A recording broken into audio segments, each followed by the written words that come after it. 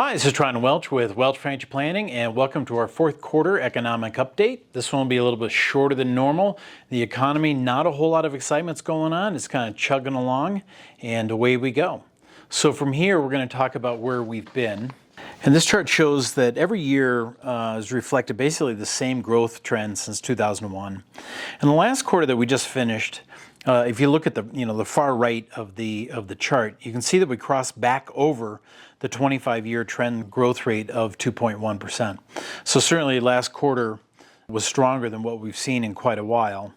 We do expect for this growth to continue, but probably at a little bit slower rate. So last quarter, it was estimated between 2.5% to 3.5%, and I think we're expecting to see about 2.5% to 3% for 2025. Now moving on to the composition of the economic growth, we can identify three key drivers of the stronger economy last quarter. First is certainly the lower interest rates, which makes sense. Second, the higher consumer spending.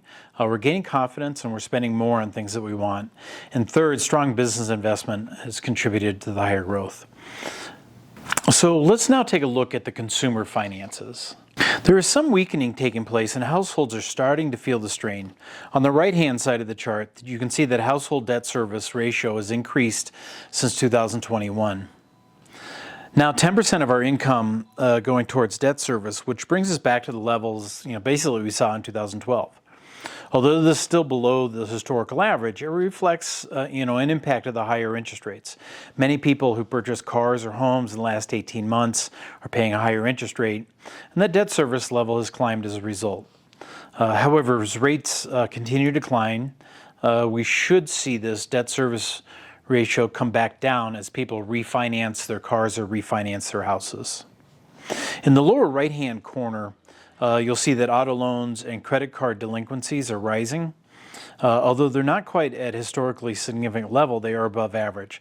And most of this is driven again by the higher interest rates. These typically be people that didn't necessarily want to buy a car or want to accumulate debt, but something happened in their life and now they're kind of forced to take on that debt at the higher interest rates, and now they're struggling to make the payments on that. So again, as interest rates decline, we should see some better numbers there. One thing that does concern me about this economy is the federal deficit.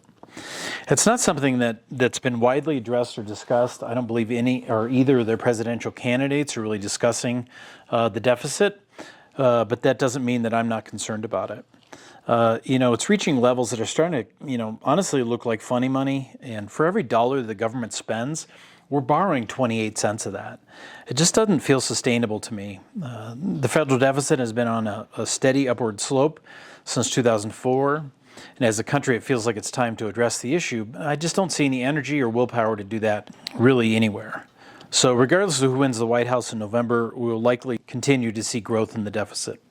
Labor demand, this is a slide that I've shown over several quarters now, but you can see that labor demand is now kind of returning back to normalcy, was significantly declined rapidly. So you can see that it hit a high mark in March of 2020. I'm on the left-hand side, the JOLTS. So this is the job opening. So in March of 2022, there was 12 million jobs available, and that has dropped down to 8. So either a combination of we've filled those jobs, or businesses have found a different way to solve that, which sounds like AI to me in a lot of cases. So from here we can see on the upper right-hand corner, JOLT quits. People are kind of are doing a better job of sitting put in their current job, and they're not shifting around. And then you can see on the lower right-hand corner, layoffs have basically been the same since 2020 and just moving sideways at a pretty low number. So you can kind of feel like labor is kind of settling in post-pandemic, and we should see some lack of drama there moving forward. So inflation, really has come back down under that big benchmark of 3%. So I think inflation is largely taken care of. This would have been, somewhat through the higher interest rates, somewhat over the supply chain issues post-COVID getting settled out. And, those would have been the big contributors to bringing inflation back under line. So I don't really see any problems moving forward. It's not to say that you're going to see a reduction in prices out there.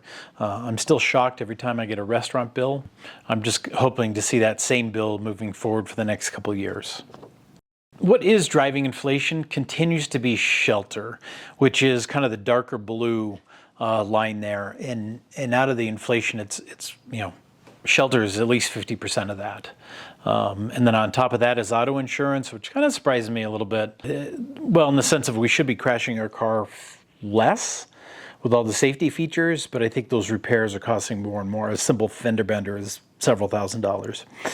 Things that we are seeing deflation in is energy is declining in the green, and also orange being core goods. So there is some deflationary pressure going on. But anyways, I would expect to see the inflation that we're at now just kind of being moderate and moving forward. So the Fed interest rates, we're currently after the 50-point drop a couple weeks ago. We're continuing to see that, and the chart down at the bottom, they're looking to be at about 3% in 2026. If the economy softens more than expected, if we went back to, from our growth rate now of 2.5 to 3.5, it dropped to, maybe 2 or 1.5, I think you would see the Fed accelerating the rate drop here. One thing that is in place is that the Fed and the market both believe the same pace of interest rate declines will take place. So it's coming. It's certainly more extended than that we anticipated, but here we are. One of the things that I did want to bring up is, there's two what I would consider large disruptors taking place in the economy, and that driver is AI, or artificial intelligence, or I would call it just a higher level of just computing, auditing, meaning I don't think the grocery checkout is really AI, but the scanners are getting better and better. The menus at the fast food restaurants aren't really AI, but they're getting better and better and faster, and they're replacing jobs. AI would certainly be fitting. We're seeing driverless taxis. I've seen 3 different videos from just friends of mine being in Tokyo or San Francisco in taxis without drivers. So it's coming.